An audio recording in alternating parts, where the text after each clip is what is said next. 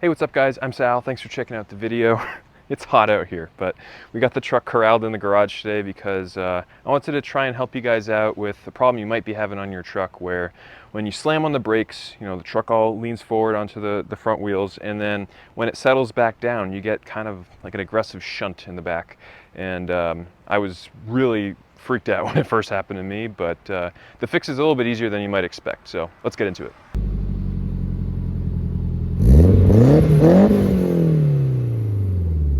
Okay, so for those of you who maybe haven't experienced it before or not sure if you've experienced it, it first happened to me a few months after buying the truck, and it's one of these scenarios where you're doing 60 miles an hour, the light in front of you turns red, and you gotta slam on the brakes to make it.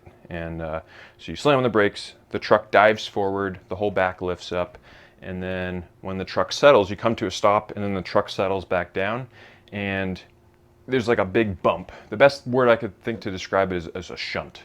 So you might hear me say that word a bunch of times, but that's really what it is. It's just like an aggressive bump from the back of the truck. And the first time it happened to me, I was like, oh my God, what just broke? And then it happened pretty regularly, so I just figured it was something that happened. And then my parents were visiting, and my mom was in the truck with me, and the situation happened where I needed to slam on my brakes. And when we settled, you know, we got the shunt, and my mom was like, did we just get hit? Like, did someone just rear end us? And I was like, no, the truck just does that. And that's when I realized maybe I should try to look into this a little bit more. So I did some research, and everything was pointing me towards the slip yoke on the truck. So for those of you who don't know, you have the drive shaft that obviously connects the transmission back to the differential, which turns the rear wheels. So on a truck like this, that rear axle is it's a live axle, right? It's not actually connected to the frame at all.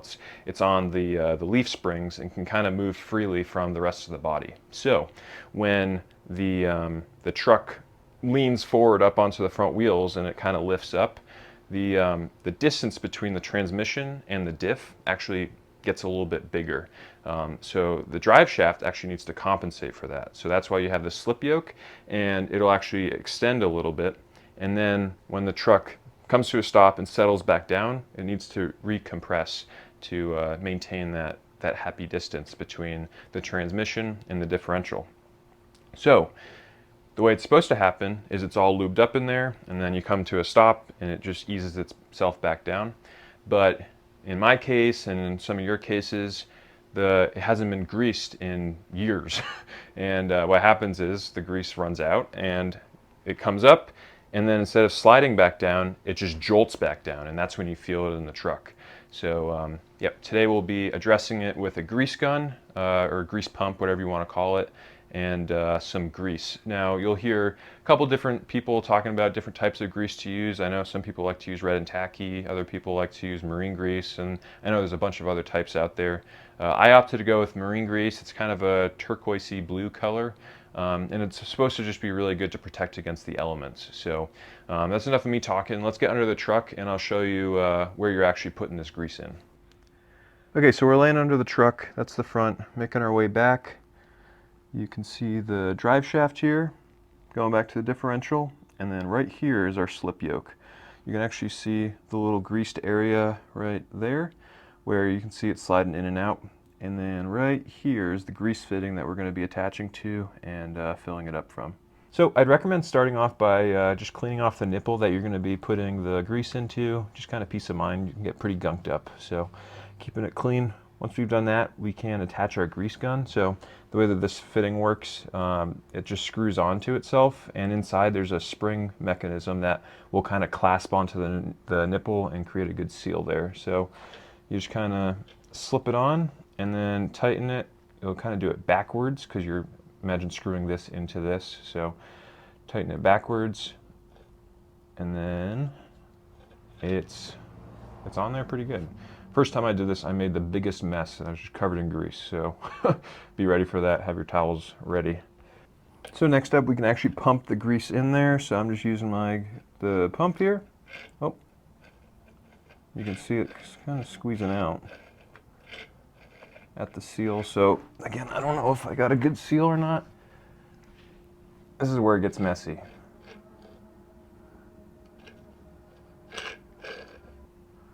I wonder if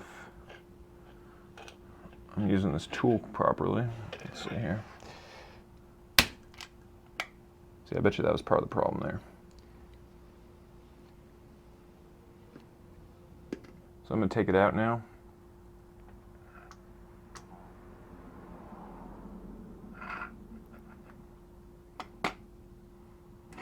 I like to think some of that got in there. If any of you guys have tips for doing this probably a more proper way than this, please let everyone else know in the comments below. I'm getting you 80% of the way there, maybe 90, and then I need you guys to help carry me the last 10%, how to actually use this pump properly. But once you've done this, you can actually go in your bed and kind of jump up and down, and it should help exercise this and maybe purge off any excess grease that you got in there. So I'm gonna hop up and do that. I'll let you guys watch from down here.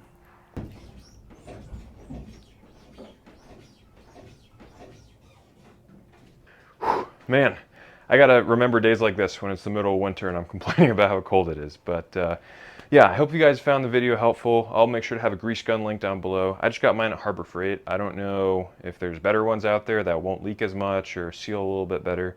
And then the grease, you can get it pretty much anywhere. Again, I use the marine grease, but do your own research and figure out which ones you might want to go with. And that's pretty affordable too. I think it's like 10 bucks for the tube or something. So all in, not a lot of money. And I don't think the problem is it's essential to fix right away, but it can just get kind of annoying, and it's easy enough to do. You just sweat a little bit, get under the truck. You don't even really have to jack it up. So yeah, with that said, if any of you know how to use the grease fittings or can offer any tips for being most efficient with them, I encourage you to throw in the comments to help everyone else out. But other than that, thank you guys so much for watching. Thanks for subscribing, and have a great rest of your day.